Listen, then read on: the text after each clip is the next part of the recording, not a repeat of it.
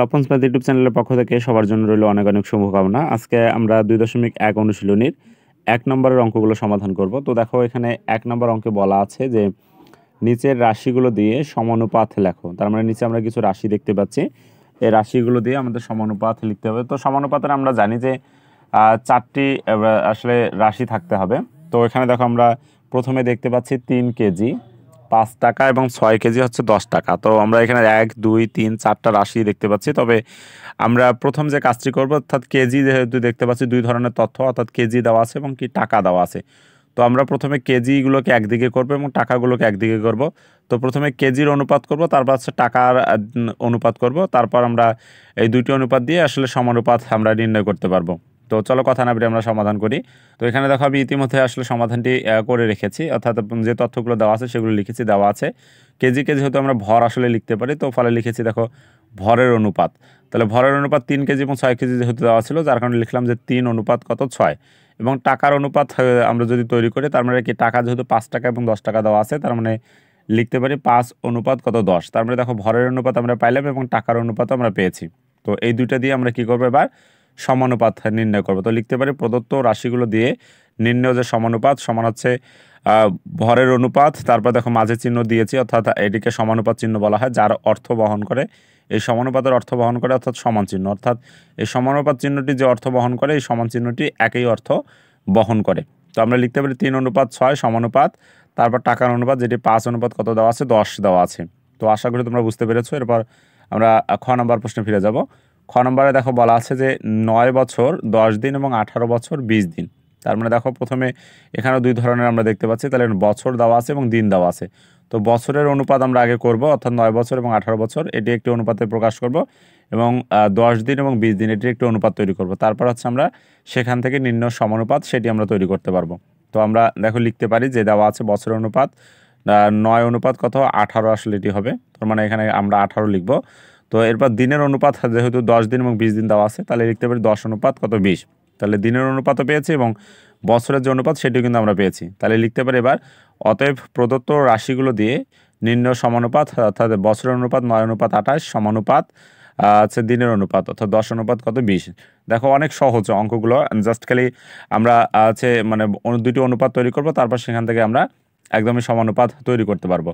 তো এরপর আমরা গ নম্বর প্রশ্নে ফিরে যাব। গ নম্বরে দেখো বলা আছে যে 7 সেন্টিমিটার 15 সেকেন্ড এবং 28 সেন্টিমিটার 1 মিনিট। তার মানে এখানে আমরা সেন্টিমিটার এটি আছে দেখতে পাচ্ছি, এবং কি দেখো সেকেন্ড আর মিনিট যেহেতু দেওয়া আছে, তার মানে অবশ্যই আমাদের সময়ের একটা অনুপাত করব এবং হচ্ছে সেন্টিমিটার একটা অনুপাত করব। তবে কথা হচ্ছে দেখো এখানে যেহেতু সেকেন্ড দেওয়া আছে আর এখানে মিনিট দেওয়া আছে, তা আমাদের আসলে অনুপাতের ক্ষেত্রে আমরা জানি যে একই জাতীয়তে আসলে রূপান্তর করতে হবে, নয়তো সমাধান করা সম্ভব নয়।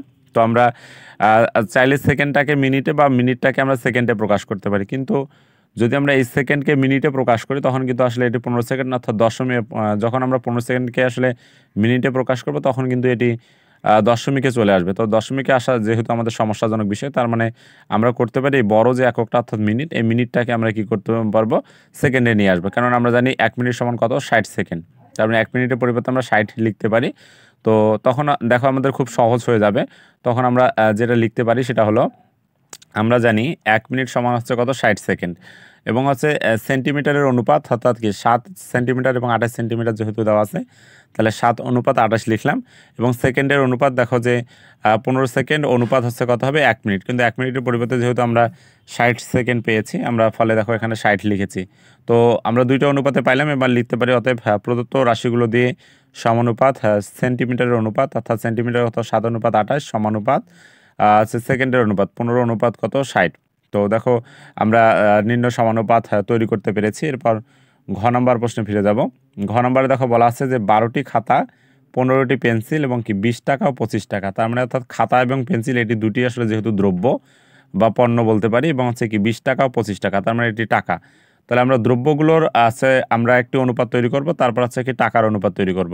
টাকাগুলোর একটা অনুপাত তৈরি করতে পারলে আমরা সেখান থেকে আসলে সমানুপাতটাও তৈরি করতে পারবো। তো আমরা লিখতে পারি দেখো যে আছে কি দ্রব্যের অনুপাত, দেখো দ্রব্যের অনুপাত যেহেতু আছে, আসলে তোমরা চাইলে এখানে আসলে খাতা ও পেন্সিলের অনুপাতও লিখতে পারো, কিন্তু আমরা দুইটা শব্দ থেকে একটা শব্দ আসলে নিয়েছি যে খাতা ও পেন্সিল যেহেতু দুটোই দ্রব্য, তার মানে অর্থাৎ দ্রব্যের অনুপাত লিখতে পারি, যেটা 12 অনুপাত কত হবে 15, এবং হচ্ছে টাকার অনুপাত কত হবে 20 অনুপাত কত 25। তার মানে ওইটাই আমি আসলে এখানে দেখো লিখে দিয়েছি যে দ্রব্যের অনুপাত 12 অনুপাত 15 এবং টাকার অনুপাত হচ্ছে 20 অনুপাত কত 25। তাহলে অতএব আমরা প্রদত্ত রাশিগুলো দিয়ে সমানুপাত যেটি তৈরি করতে পারি, অর্থাৎ কি 12 অনুপাত 15 সমানুপাত 20 অনুপাত কত 25।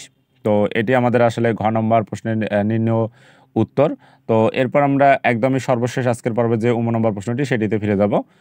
নম্বরে দেখো এখানে বলা আছে 125 জন ছাত্র ও 25 জন শিক্ষক। তার মানে দেখো এই ছাত্র এবং শিক্ষক দুইজনেই আসলে ব্যক্তি। তো আমরা ছাত্র শিক্ষকের একটা অনুপাত তৈরি করব এবং হচ্ছে দেখো যে 2500 টাকা ও 500 টাকা, তার মানে এটি টাকার অনুপাত, তার টাকার একটা অনুপাত তৈরি করবো, করার পর সেখান থেকে আমরা সমানুপাত তৈরি করতে পারবো। তো দেখো আমরা লিখতে পারি এখানে যে দেওয়া আছে ছাত্র শিক্ষকের অনুপাত 125 অনুপাত কত 25, এবং টাকার অনুপাত যদি করি তাহলে প্রথম দেওয়া ছিল কত 2500 অনুপাত কত 500।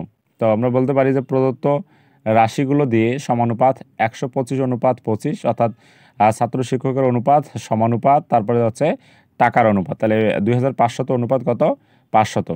দেখো আমরা আমাদের কাঙ্ক্ষিত যে উত্তরটি নম্বরে সেটি আমরা পেয়েছি।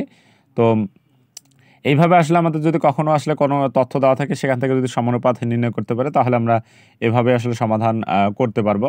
তো আজকের পর্বটি আমি এখানে শেষ করতেছি, দেখা হবে পরবর্তী পর্বে। সে পর্যন্ত সবাই ভালো থাকো, সুস্থ থাকো, ধন্যবাদ সবাইকে।